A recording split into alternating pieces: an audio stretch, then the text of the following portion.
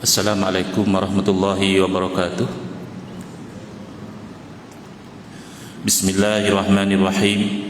Alhamdulillahi rabbil alamin. Wa afdhalus salati wa atammu taslimi ala sayyidina Muhammadin wa ala alihi wa sahbihi ajmain. Rabbi shrah li sadri wa yassir li amri wa hlul 'uqdatam min lisani yafqahu qawli. Subhanaka la ilma lana illa ma 'allamtana innaka antal alimul hakim.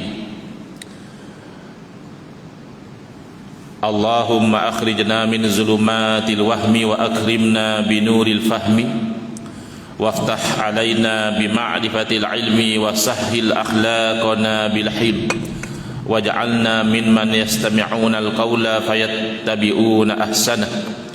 Allahumma ati nufusana taqwaha wa zakkiha anta khairu man zakkaha anta waliyuha wa maulaha.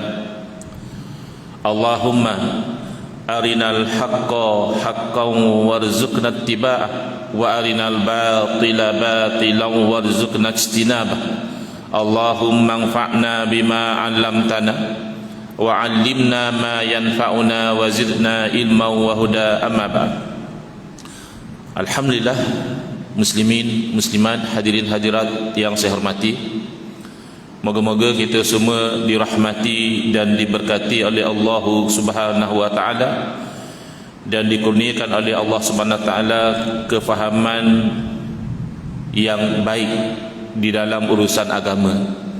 Sesuai dengan hadis Nabi sallallahu alaihi wasallam, baginda bersabda, "Man yuridillahu bihi khairan yufaqihu fid din."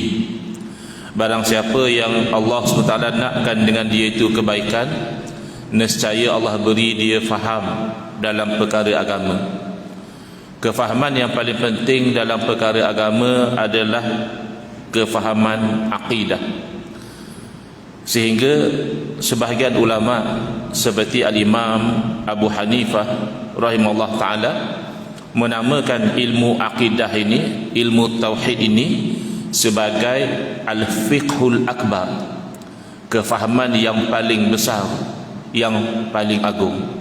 Kerana kalau tidak faham akidah, bukan saja boleh membawa kepada dosa besar, bahkan na'udzubillahi min zalik, membawa kepada syirik dan kufur kepada Allah Subhanahu wa ta'ala. Jadi akidah kita diambil dari mana? Dalam bahasa Arab disebut istimdaduhu, ya? Dalam mana-mana ilmu ada mabadi, permulaan ilmu yang 10, ya? Ada 10 permulaan ilmu. Salah satu darinya adalah istimdaduhu.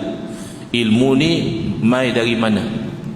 Ambil kok mana ilmu ni? Atau dalam bahasa kita kata sumber dia. Maka sumber akidah adalah Al-Quran dan As-Sunnah. Ini sumber akidah, keyakinan kita disokong oleh kemampuan akal untuk memahami keyakinan-keyakinan ini. Maka dalam akidah ada dua jenis dalil. Satu namanya dalil naqli yang diambil daripada wahyu. Naqala maknanya pindah, maksud pindah situ ambil daripada wahyu.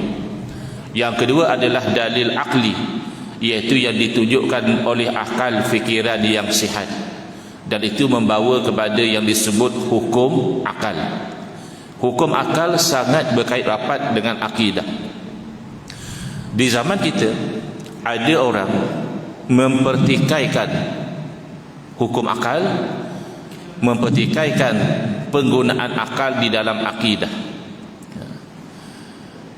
Ada orang berkata, saya ustaz, dalam akidah saya merujuk kepada Al-Quran dan Sunnah. Baguslah, Masya Allah. Yang tak bagus bila disambung, dia kata apa? Saya tak guna akal. Ini simptom penyakit di zaman moden ini. Bahkan mungkin zaman dahulu juga ada penyakit macam ini. Ringkasan penyakit ini disebut BBAK. Orang Kota Damansara pernah dengar penyakit ni? Tak biasa dengar, saya terangkan ya.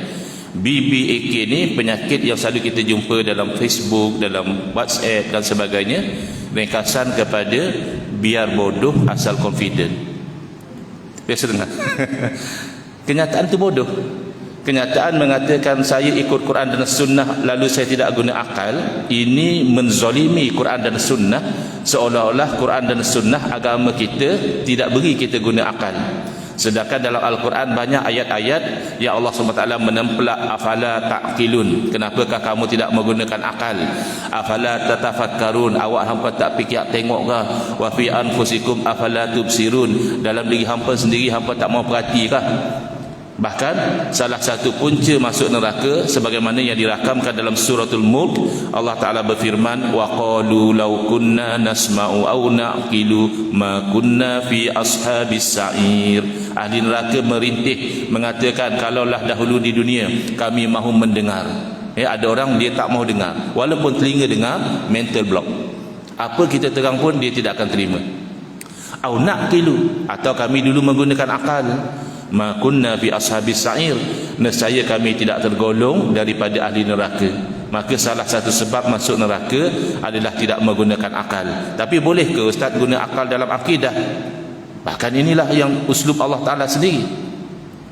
Cara Allah Subhanahu Wa Ta'ala, uslub para rasul adalah menggunakan dalil akli di dalam akidah. Allah berfirman, "Lau kana fihi ma alihatun illa Allahu lafasadata." Kalaulah ada di langit dan bumi tuhan-tuhan yang banyak selain daripada Allah, nescaya binasa langit dan bumi. Tuhan banyak ke Tuhan satu? Tuhan satu. Kenapa Allah sendiri berfirman kalau Tuhan banyak? Berarti i'malul aqli, membayangkan dengan akal sahaja. Dalam dunia realiti Tuhan satu. Tapi bayangkan dengan akal, kalau Tuhan, jangan kata banyaklah, Tuhan lebih dari satu, kan mustahil. Kerana sifat Tuhan maha berkuasa, kuasanya mutlak, maha berkehendak. Kalau Tuhan lebih dari satu, dua cukuplah. Maka kuasa Tuhan yang mana yang akan terlaksana? Kehendak Tuhan yang mana yang akan lulus? Tuhan ni nak macam ini, Tuhan dah tu lagi nak macam lain. La fasadata, nescaya binasa langit dan bumi. Berarti mustahil Tuhan itu banyak.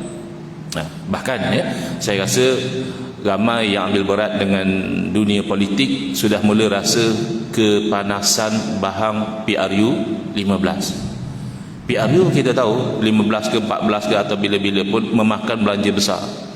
Bukan 1-2 juta, barangkali ratusan juta ataupun puluhan juta. Ratusan lah barangkali.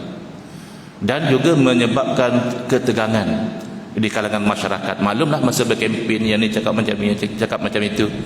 Apa kata moving forward, kita tak payahlah buat PRU, jimat kos, tak ada dah bergaduh penat-penat. Habis macam mana?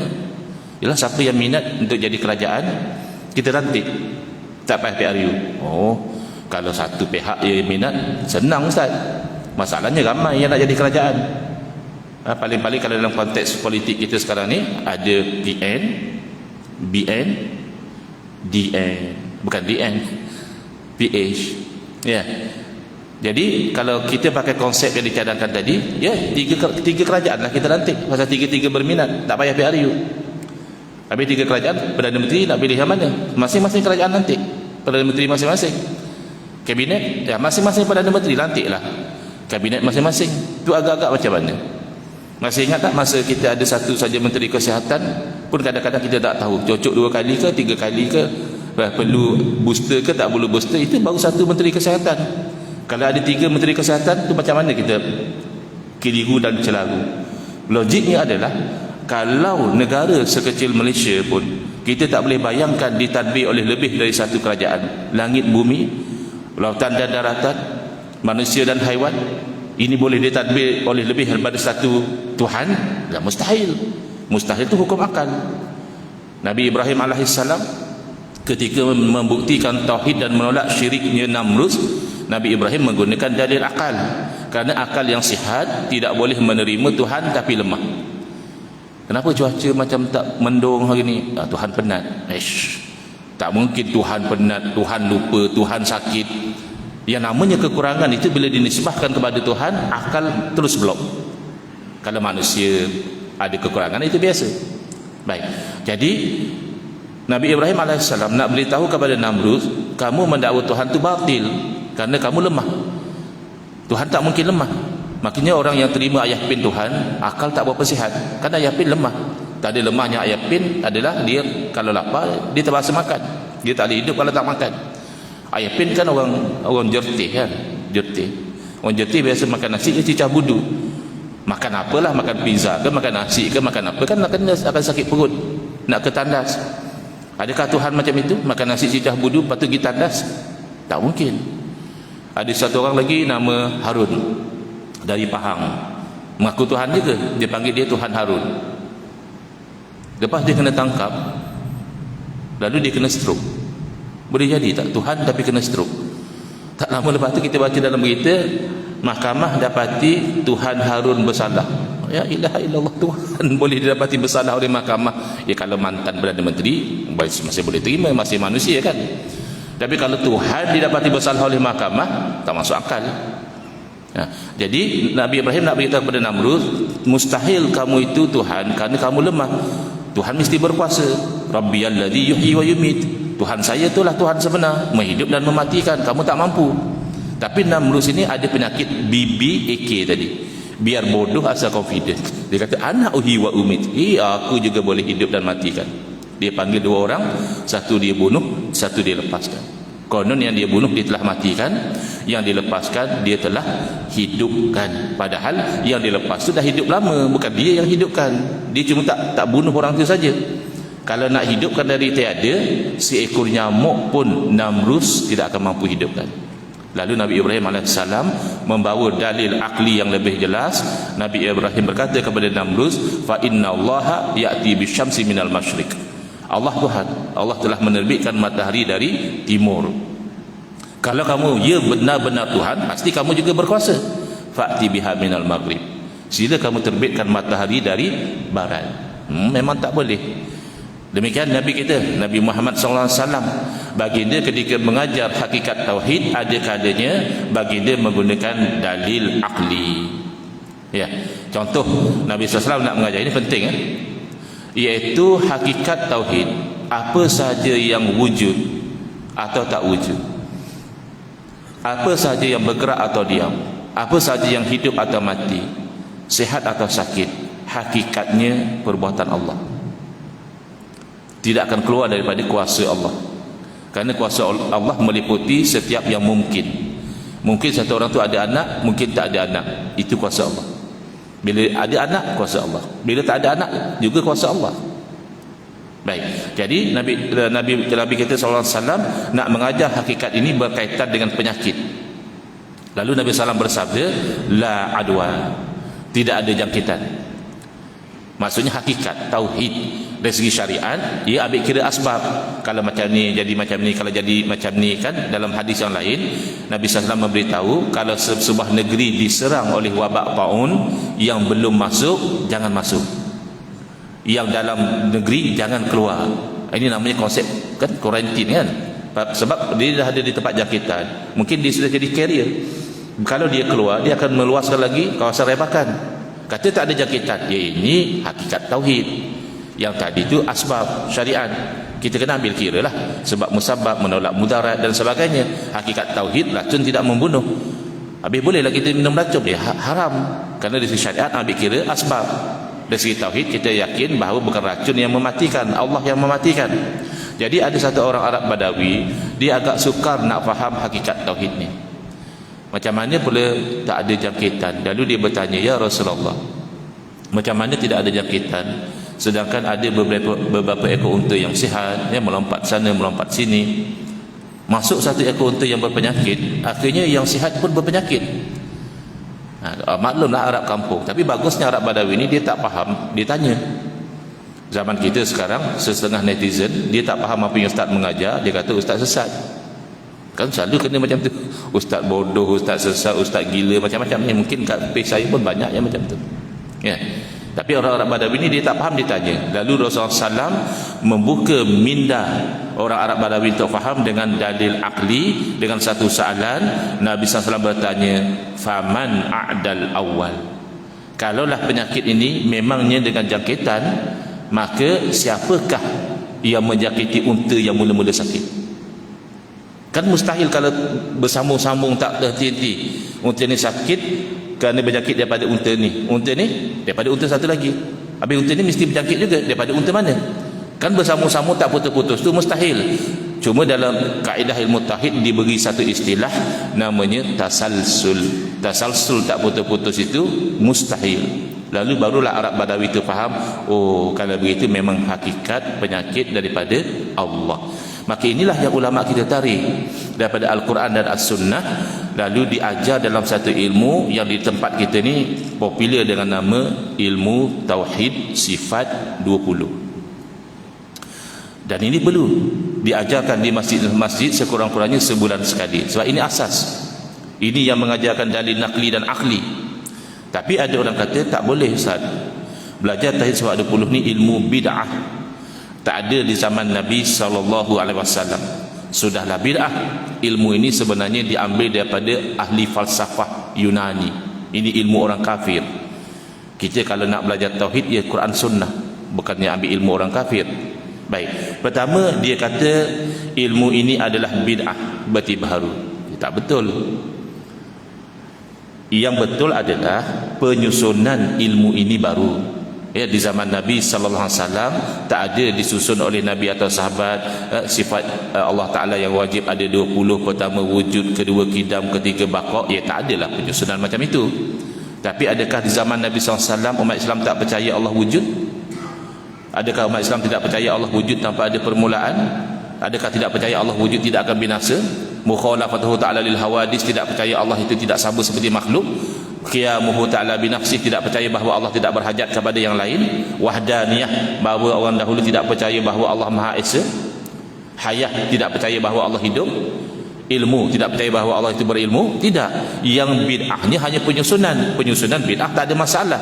Kita belajar rukun sembahyang 13 perkara. Pertama, niat. Kedua, berdiri betul bagi yang mampu. Ketiga, membaca ketiga, takbiratul ihram.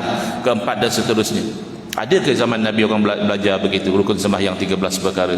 Nabi ajar pun dah saja, sallu kama ra'aitumuni usalli. Tapi adakah zaman Nabi orang sembahyang tidak berdiri? Orang sembahyang tidak takbir, orang sembahyang tidak baca Fatihah? Ya, isinya ada. Ilmu hadis juga bid'ah. Mutawatir, ahad, masyhur, sahih, dhaif, hasan, munqati', mu'dal, mursal, ini semua tidak ada zaman Nabi SAW. Tapi adakah zaman Nabi orang tidak ambil berat tentang hadis Nabi, tidak nak pastikan ini memang benar daripada Nabi SAW? Maka penyusunan yang bid'ah tidak menjejaskan kebenaran sesuatu ilmu. Bahkan yang menolak ilmu Tauhid Sifat 20 ni, dia kata sepatutnya kita belajar Tauhid 3. Tauhid 3 ada ke zaman Nabi? Adakah Nabi SAW ajar Tauhid terbagi 3? Pertama rububiyah, kedua uluhiyah, ketiga asma' wa sifat? Tak ada juga. Yang kita takut, yang kita bimbang adalah kalau isinya bid'ah. Kerana bid'ah dalam akidah tidak ada hasanah. Yang ulama cerita bid'ah terbahagi 2, ada yang terpuji, ada yang terkeji. Kalau selari dengan ajaran Nabi itu terpuji, kalau bercanggah dengan ajaran Nabi itu terkeji. Itu tidak terpakai dalam akidah. Kenapa? Kerana bid'ah berarti baru. Bid'ah dalam akidah berarti akidah kita tak sama macam akidah Nabi sallallahu alaihi wasallam. Kalau akidah kita sama, orang tak panggil baru. Kan akidah tak berubah semenjak daripada zaman Nabi Adam alaihissalam sampai kiamat. Yang namanya orang mukmin wajib beriman Allah wujud tanpa ada permulaan dan seterusnya. Tak berubah. Tiba-tiba kita bid'ah dalam akidah. Paling common, hukumnya haram, berdosa besar, wajib bertaubat kepada akidah yang betul. Lebih parah, ada sebahagian bid'ah dalam akidah membawa kepada kufur. Tapi kalau kata sifat 20 daripada falsafah Yunani, ini tak betul. Tanyalah yang orang yang mendakwa tu, ahli falsafah Yunani nama apa? Dalam kitab mana mengajar sifat 20? Kalau betul lah ada satu orang ahli falsafah Yunani, dia yakin dan dia mengajar bahawa Allah itu wujud tanpa ada permulaan, tanpa ada perakhiran, tak sama seperti makhluk, tidak berhajat kepada makhluk, Maha Esa, yang maha hidup, yang maha mengetahui, yang maha melihat, yang maha mendengar, yang maha berkata-kata. Berarti orang falsafah Yunani itu orang mukmin. Kena kata dia kafir lagi, sudah diberiman begitu. Habis hakikatnya tak ada. Baik. Yang kita bimbang adalah bid'ah dalam akidah, dan itu berlaku dalam Tauhid 3. Minta maaf kalau ada yang minat tauhid 3, bukan semua tauhid 3 tu salah. Ya, ada perkara-perkara dalam tauhid 3 tu benar, wajib kita terima. Tapi ada elemen bid'ah dalam tauhid 3 yang saya nak fokus pada pagi ini, tauhid rububiyah. Maaf, tauhid uluhiyah. Apa makna uluhiyah? Dia diambil daripada perkataan ilah. Apa makna ilah? Ya Tuhan.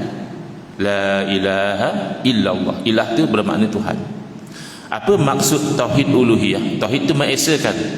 Maksud tauhid uluhiyah adalah kita mengesakan Allah sebagai Tuhan yang disembah. Apa makna mengesakan Allah sebagai Tuhan yang disembah? Jangan sembah lain daripada Allah. Syirik. Haram, bahkan syirik, sembah lain daripada Allah. Ini konsep yang benar, yang wajib diimani oleh semua orang Islam, tak boleh tolak. Jangan kata sembah batu, sembah kayu, sembah pokok. Ya, sembah Nabi pun hukumnya haram dan syirik. Padahal Nabi makhluk yang mulia. Sembah malaikat pun haram dan syirik, walaupun malaikat makhluk yang mulia. La ya'sunallaha ma amarahum. Malaikat tidak pernah mendahaka kepada Allah, pun kalau dijadikan sembahan haram dan syirik. Baik. Tapi ada bid'ah dalam tauhid 3. Bid'ahnya di mana? Bid'ah dalam tauhid uluhiyah adalah mempertikaikan amalan tawassul, menyempitkan amalan tabarruk, dan mensyirikkan amalan istighatsah. Baik. Tawassul apa dia? Tawassul dari perkataan bahasa Arab tawassala, yatawassalu, tawassulan, mengambil sesuatu sebagai wasilah. Tawassul yang kita maksudkan ini spesifik, iaitu menyebut sesuatu yang mulia di dalam doa dengan niat moga-moga dengan itu Allah perkenankan doa. Ya, kita berdoa biasa pun boleh, tak tawassul pun boleh. Bukan wajib tawassul. Tapi ada orang kata tawassul tu haram. Yang mana? Kalau tawassul menyebut sesuatu yang mulia itu adalah nama Allah, sepakat, ini boleh. Misalnya kita nak rezeki, boleh saja kata ya Allah urzukna, wahai Allah berilah rezeki kepada kami, rizqan halalan thayyiban wasi'a. Ikutlah, boleh. Itu tak tawassul. Tawassul dengan nama Allah macam mana? Ya Razzaq, wahai yang maha pemberi rezeki, urzukna rizqan wasi'an halalan thayyiba. Itu namanya tawassul dengan nama Allah, tak ada isu. Lagi tawassul dengan menyebut perkara yang mulia, menyebut amal soleh. Macam mana? Ya Allah, suatu masa dahulu masa saya bekerja sebagai pegawai, ada orang tawarkan rasuah RM50,000. Ya Allah, Engkau maha mengetahui saya sangat teringin untuk menerima rasuah tersebut, tapi kerana bimbang akan murka-Mu ya Allah, saya tolak. Kalau itu amal soleh di sisi-Mu ya Allah, sembuhkanlah penyakit yang sedang menimpa ku ini. Sebab amal soleh bukan hanya buat benda baik, menghalang diri pada buat benda haram juga amal soleh. Itu tawassul dengan amal soleh macam itu juga tidak ada isu. Mula ada isu adalah bila melibatkan tawassul dengan orang soleh. Itu pun bergantung ya. Kalau orang-orang yang sangat jahil, dia kata mujarrad kita tawassul dengan orang soleh tu sudah haram. Kenapa? Kerana orang soleh tu makhluk Allah. Tawassul dengan orang soleh berarti kita menjadikan makhluk sebagai perantaraan dalam berdoa. Ini syirik kata dia. Tak betul. Kalau kamu kata menjadikan makhluk sebagai perantaraan itu syirik, amal soleh juga makhluk. Kamu kata boleh tawassul dengan amal soleh, amal soleh itu makhluk. Dalil Allah berfirman, wallahu khalaqakum wa ma ta'malun. Allah yang ciptakan kamu, kamu itu makhluk Allah. Wa ma ta'malun, apa yang kamu amalkan, soleh atau tidak soleh, itu makhluk Allah. Jadi apa justifikasi? Tawassul dengan satu makhluk namanya amal soleh, ya bagus, boleh. Tawassul dengan satu makhluk lain namanya orang soleh, ya itu haram, syirik misalnya, tak ada. Tapi yang mengaji di kalangan mereka yang terpengaruh dengan bid'ah dalam tauhid 3, tauhid uluhiyah ini, mereka tidak berkata begitu. Mereka kata tawassul dengan orang yang masih hidup boleh. Kita tawassul dengan tok guru kita yang soleh misalnya, ya Allah, dengan kesolehan guruku, Kau perkenankanlah doaku. Guru kita masih hidup, ada duduk di kota Damansara ni. Okey, boleh. Tapi kata dia, kalau tawassul dengan orang soleh yang telah meninggal dunia, ya Allah, dengan kemuliaan Syekh Abdul Qadir Jailani. Syekh Abdul Qadir Jailani dah meninggal dunia. Ya Allah, dengan kealiman Imam Syafi'i, bukalah dadaku untuk menuntut ilmu. Imam Syafi'i sudah meninggal dunia. Jadi kata mereka, tawassul dengan orang mati itu khilaf di kalangan ulama. Yang rajih, yang kuat, ianya adalah haram. Ini adalah batil. Ini dakwaan batil. Pertama, bukan khilaf, kerana telah ijma' ulama, tidak kurang daripada 700 tahun lebih tidak ada satu ulama yang mengharamkan tawassul dengan orang soleh hidup atau mati. Kerana tawassul hanya sebut benda yang mulia. Adakah mulia orang itu berhenti bila dia mati? Nabi SAW sendiri yang ajar doa tawassul. Tawassul dengan siapa? Dengan baginda. Oh, itu masa baginda hidup, bolehlah. Iya ke? Nabi SAW hanya mulia ketika baginda hidup? Bila baginda wafat sudah hilang kemuliaan? Ya, tak mungkin. Bahkan kalau kita nak faham agama, eloknya dengan kefahaman salaf. Sebab salaf ni anak murid Nabi atau anak murid kepada anak murid Nabi, ya. Salaf yang paling salaf sahabat Nabi. Sahabat Nabi bernama Utsman bin Hunayf radhiyallahu taala anhu mengajar doa tawassul supaya diamalkan oleh seorang lelaki di zaman Sayyidina Utsman bin Affan radhiyallahu anhu menjadi khalifah. Berarti lepas lama Nabi wafat, sahabat kata okey, tawassul dengan Nabi tak ada masalah, tak ada beza. Nabi hidup atau wafat mulia di sisi Allah. Baik. Jadi ada orang kata, oh bolehlah macam tu tawassul dengan orang yang fasik. Tidak. Kerana tawassul itu kerana kemuliaan. Orang fasik tidak mulia di sisi Allah. Baik. Kemudian yang ketiga, yang kedua adalah tabarruk. Tabarruk biasanya yang mengaji di kalangan orang yang keliru ini, dia kata tabarruk dengan Nabi sallallahu alaihi wasallam, dengan peninggalan Nabi itu boleh. Kerana dalil tabarruk jelas. Mana kalau kita ada dapat rambut Nabi sallallahu alaihi wasallam, boleh kita ambil berkat. Kita dapat misalnya selimut Nabi ke, kita boleh ambil berkat. Cuma isunya memang betulkan rambut Nabi, itu isu lain. Ini memang betul ke selimut Nabi lain macam je, itu cerita lain lah. Tapi kalau memang benar itu rambut Nabi SAW, itu baju Nabi SAW, boleh ambil berkat. Antara kejadian ambil berkat zaman Nabi SAW, bila Nabi berwuduk, sahabat tadah air wuduk Nabi, sapu ke muka dan ke badan, tabarrukan. Kalau haram atau syirik, pasti Nabi larang. Kemudian dalam Al-Quran sendiri, Nabi Ya'qub alaihissalam, seorang Rasul, bila diuji dengan sakit mata, padahal yang menyembuhkan penyakit Allah, boleh saja minta direct dengan Allah. Tapi apa yang berlaku, diusap baju seorang Rasul yang lain, iaitu anak kandung baginda sendiri, Nabi Yusuf alaihissalam, ke muka, lalu sembuh. Itu namanya tabarruk. Yang sembuhkan tetap Allah juga. Tapi apa cerita sapu dengan baju, ambil berkat dengan baju seorang Nabi yang soleh. Baik. Kemudian Sayyidina Khalid bin Al-Walid radhiyallahu anhu, bila Nabi SAW bila tahallul, cukur rambut haji atau umrah, Nabi edarkan, beritahu pada sahabat ni, rambut saya ni bagi-bagi untuk apa? Adakah rambut boleh dimakan, boleh dipakai untuk tabarruk? Jadi Sayyidina Khalid bin Al-Walid letak 3 helai dalam kain serban, dan Sayyidina Khalid beritahu pada orang ramai, semenjak bila letakkan 3 helai rambut Nabi SAW dalam kain serban beliau, senantiasa Allah beri kemenangan di dalam peperangan.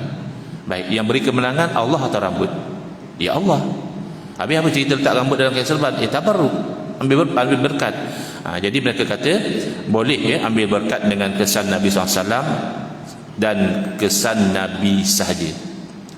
Di sisi kita ahli sunnah wal jamaah, oleh kerana ambil berkat ini daripada satu-satu kebaikan, ambil berkat dengan kesan Nabi SAW boleh, ambil berkat dengan kesan orang-orang soleh selain daripada Nabi juga boleh. Ambil berkat dengan pedang sahabat misalnya, ambil berkat dengan baju ulama misalnya, boleh di sisi ahli sunnah wal jamaah. Tapi dikatakan haram oleh golongan yang terpengaruh dengan bid'ah tauhid 3. Baik, yang ketiga dan yang terakhir, dan ini yang paling serius, dan ini yang membawa kepada ekstremisme di dalam beragama, iaitu istighatsah. Apa dia istighatsah? Istighatsah daripada istaghatha yastaghithu, ay talabul ghaus, minta pertolongan. Lebih kurang dengan isti'anah. Kan kita dalam Fatihah kita baca apa? Iyyaka na'budu wa iyyaka nasta'in. Nasta'in itu isti'anah, minta tolong. Jadi istighatsah lebih kurang isti'anah, minta tolong. Baik. Minta tolong apa cerita? Minta tolong ada yang boleh, yang dibenarkan, bahkan ada yang dituntut, kita itu minta tolong dalam syariat, dan ada yang haram. bahkan syirik. Ada yang haram dan syirik. Baik, minta tolong yang dituntut, yang kita disuruh minta tolong itu, pertama minta tolong dengan Allah. Iza sta'anta fasta'in billah, kata Nabi SAW. Bila kamu minta tolong, maka minta tolonglah dengan Allah. Jadi minta tolong dengan Allah tu dituntut, bukan saja dibolehkan, disuruh kita minta tolong dengan Allah Subhanahu Wa Taala. Dan antara minta tolong yang disuruh adalah minta tolong dalam perkara-perkara kebaikan. Wa ta'awanu 'alal birri wat taqwa. Tolong menolonglah dalam perkara-perkara yang baik dan takwa. Wala ta'awanu 'alal ismi wal udwan. Jangan tolong menolong dalam perkara yang dosa dan melakukan perkara-perkara yang melampau. Baik. Minta tolong dengan makhluk boleh tak? Kan kita kata hanya akan dikau kami sembah dan hanya akan dikau kami minta tolong. Minta tolong dengan makhluk, dengan manusia kah, dengan siapakah, boleh tak? Jawabnya boleh dan tak boleh. Maknanya ada yang dibenarkan oleh syarak, ada yang diharamkan, bahkan boleh jadi syirik minta tolong dengan makhluk. Baik. Yang mana boleh, yang mana tak boleh. Di situ masuk bid'ah di dalam konsep tauhid uluhiyah. Di sisi Ahlussunnah wal Jamaah. Oleh kerana hakikatnya segala sesuatu itu adalah perbuatan Allah. Ini namanya wahdaniyatul af'al, mengesahkan Allah pada perbuatan. Berdasarkan ayat Quran tadilah, wallahu khalaqakum wa ma ta'malun. Maka kita berkeyakinan makhluk ini dan perbuatan makhluk tidak memberi kesan. Dalam bahasa lama dia kata tidak memberi bekas. Bermula segala af'al yang baharu itu tidak memberi bekas. Perbuatan makhluk tidak memberi kesan, yang memberi bekas hanyalah Allah juga. Mana kita makan nasi, nasi itu makhluk. Syirik tak makan nasi, mana ada syirik? Biasalah makan lapar. Tapi kita kena yakin yang mengenyangkan kita itu bukan nasi, Allah yang mengenyangkan kita. Sekira-kira kalau Allah kehendaki, boleh saja kita rasa kenyang tanpa makan nasi, dan boleh juga kita tak kenyang walaupun dah makan nasi.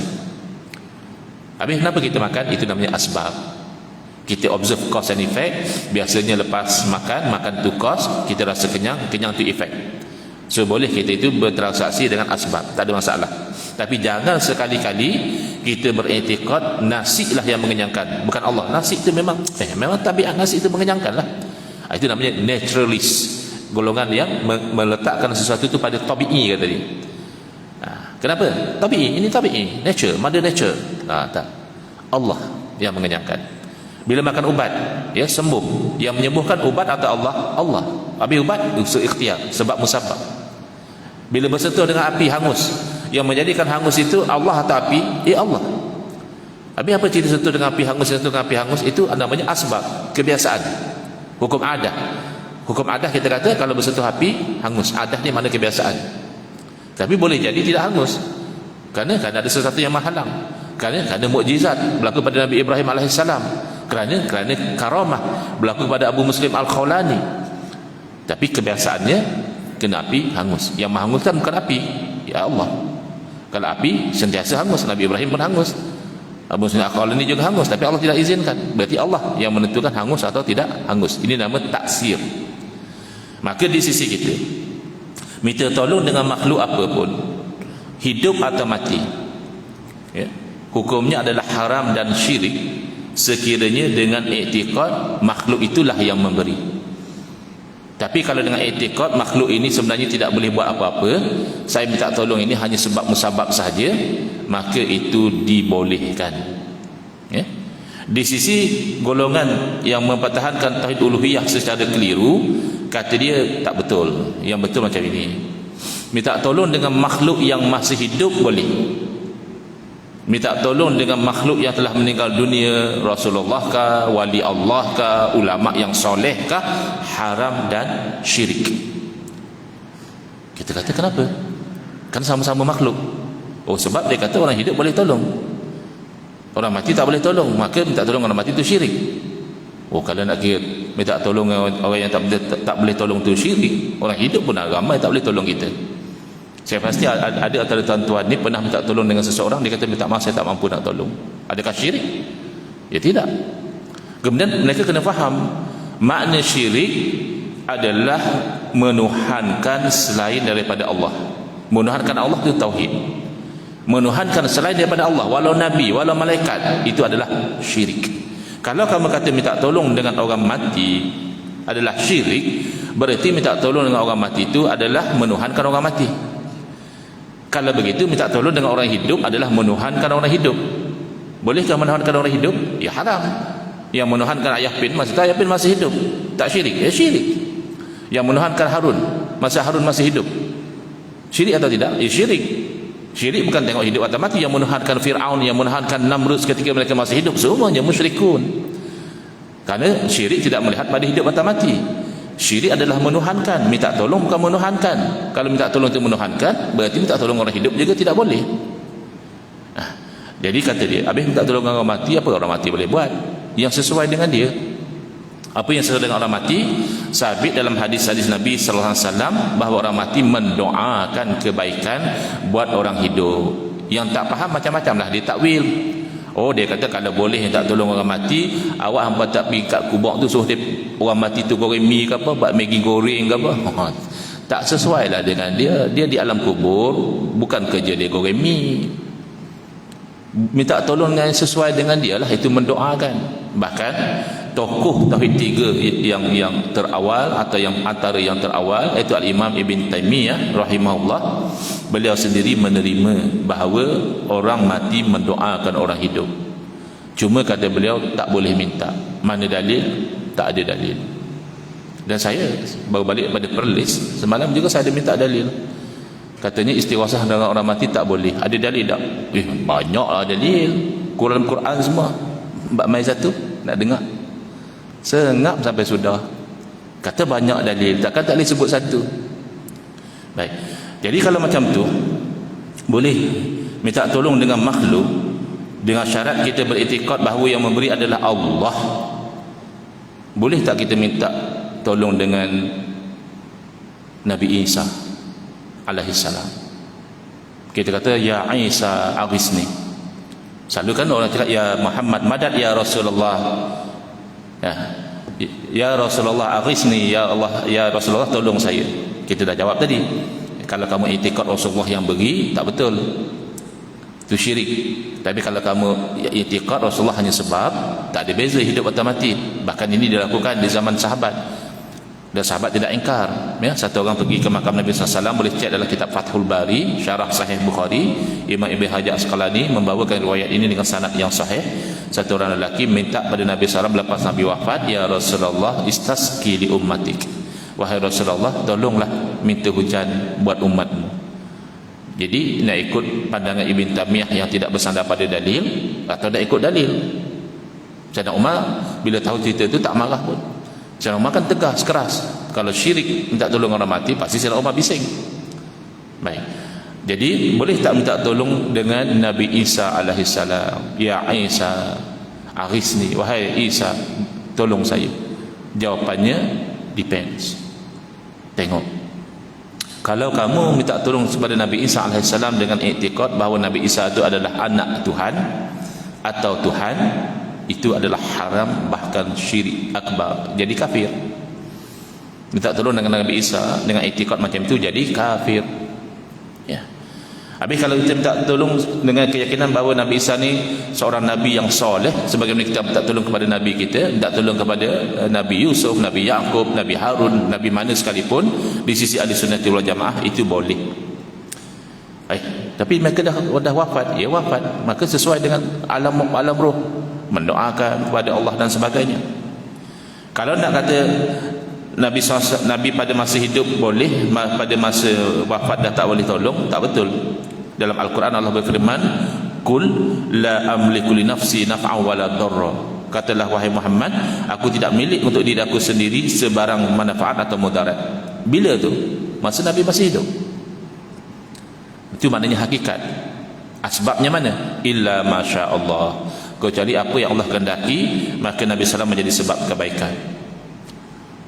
Saking kita jadi budaya pula, budak-budak kita kata wahai Jesus tolong saya. Ya, soal budaya itu soal nombor 2. Soal hukum, Boleh tak boleh? Kalau dengan etikad dia Nabi Isa itu adalah Tuhan, haram dan syirik. Kalau dengan etikad bahawa Nabi Isa adalah insan yang soleh, boleh. Dan ketika Nabi Isa AS dengan pengikut-pengikut beliau, banyak pengikut minta tolong, minta itu minta ini. Antaranya didakam dalam Al-Quran, ya Isa hal yastati rabbuka ay yunazzila minas sama'i ma'idatan, ataupun yunazzila alaina ma'idatan minas sama. Ya. Jadi ya Isa tidak berarti mesti ya Isa sebagai Tuhan. Ya Isa sebagai manusia, sebagai Rasul yang saleh boleh. Tapi itu okeylah. Nabi Isa masih hidup, minta tolong orang mati, itu kan syirik. Siapa kata Nabi Isa dah mati? Iktikad kita ahli sunnah wal jamaah, Nabi Isa alaihissalam masih hidup, cuma tidak di bumi ini. Jadi kalau kamu berpegang dengan konsep minta tolong dengan orang mati itu syirik sekalipun, dalam kes Nabi Isa alaihissalam, bagi dia tidak mati, belum mati lagi, belum wafat lagi. Kalau kaedah dia minta tolong dengan makhluk tu boleh, asalkan kita beriktikad bahawa yang memberi adalah Allah, bolehlah kita isti'anah dengan pokok, minta tolong dengan pokok, boleh ya. Tapi dengan syarat kamu yakin bahawa yang memberi adalah Allah, bukan pokok. Dan lu dia pergi kat pokok, wahai pokok, tolonglah saya. Tak syirik ke lagu tu? Okay. Ini masalah orang yang literalis, faham literal. Kan ada satu kartun saya tengok, cikgu bagi arahan, murid-murid masukkan baju dalam seluar. Okeylah. Lepas dia cikgu bagi arahan tu, semua elok kemas lah. Tak ada lah berserabai baju tu terkeluar, baju semua tak in. Seorang tak ada baju. Cikgu tanya, kan cikgu suruh letak baju dalam seluar. Rupanya dia buka baju buh dalam seluar. Seluar dia kembung lah. Itu namanya golongan literalis. Bila kata-kata al-isti'anatu bil asjar itu boleh, ya, ambil pertolongan daripada pokok-pokok ni boleh, dengan syarat kamu i'tikad yang menolong adalah Allah, bukan pokok. Bukan suruh hang pi minta dengan pokok, pokok tolong buat saya lima, bukan. Isti'anah dengan pokok tu hang ambil faedah daripada pokok tu sesuai dengan nature pokok. Apa dia? Kalau nak buat rumah, tebang pokok tu, jadikan kayu yang elok, cantum tu cara isti'anah dengan pokok. Kalau nak berobat, tengoklah pokok tu sesuai untuk penyakit apa, hang rebuih lah, hang proses lah, hang bakar ke apa, ikutlah dia punya cara dia. Itu isti'anah dengan pokok. Kalau hang pergi kat pokok, wahai pokok, tolonglah saya, syirik tak? Syirik, haram kalau dengan iktikad pokok itu seperti Allah juga. Kalau dia tak iktikad macam tu, Ustaz, dia hanya minta tapi dia tahu Allah yang tolong, itu tidak syirik tapi bodoh. Bodohlah hang buat satu benda tak kena dengan cara dia. Kan satu benda tu Allah buat ada cara dia. Minta tolong dengan pokok, ni cara dia. Minta tolong dengan api, ni cara dia. Minta tolong dengan api, kalau macam majusi minta tolong dengan api, itu menganggap api itu Tuhan, ya syirik. Minta tolong dengan api itu hang guna api untuk panaskan badan, hang guna api untuk masak makanan, tu makna isti'anah dengan api. Bukan api ke api, tolong saya nak exam ni, api tolong saya nak kerja ni. Tu tak cerdik lah. Awak jadi lagu tu, dah mengaji tinggi-tinggi sampai PhD pun tak cerdik, susah lah. Jadi conclusionnya, tauhid uluhiyah setakat mengatakan bahawa wajib kita itu menyembah kepada Allah sahaja, haram dan syirik menyembah kepada selain daripada Allah, itu adalah konsep yang benar, tidak ada bid'ah, itu hakikat. Tapi bila mana melarat sampai mempertikaikan tawassul, menyempitkan tabarruk, mensyirikkan, di syirik akbar ya. Golongan yang bid'ah dalam tauhid tiga ni, tauhid uluhiyah ni, dia kata siapa yang istighasah dengan orang mati, dia jadi kafir, halal darah, boleh dibunuh. Ini bercanggah dengan sunnah para sahabat, yang mana para sahabat tidak melihat beza orang mati orang hidup, semuanya makhluk Allah, hakikat tak boleh buat apa-apa. Kalau asbab boleh Allah jadikan sebab kebaikan. Orang mati biasanya dengan doa-doa daripada mereka. Wallahu alam. Kita sudah hampir jam 7.30 ya. Saya rasa sudah sesuai untuk saya berhenti setakat itu, kecuali kalau tuan-tuan ada nak tanya 1-2 soalan, silakan. Ada? Kalau saya mampu jawab. Kalau tak ada, setakat itu hadza wabillahi taufiq wal hidayah. Wassalamualaikum warahmatullahi wabarakatuh. Bismillahirrahmanirrahim. Alhamdulillahil alamin wassalatu wassalamu ala asyrafil anbiya'i wal mursalin wa ala alihi wa sahbihi ajmain. Allahumma shrah sudurana wa ahsin akhlaqana wa azim ujurana wa nawwir qulubana bi nuri hidayatika kama naqarrada bi nuri syamsika abadan abada bi rahmatika ya arhamar rahimin. Walhamdulillahi rabbil alamin. Amin ya rabbal alamin. Wal afu minkum.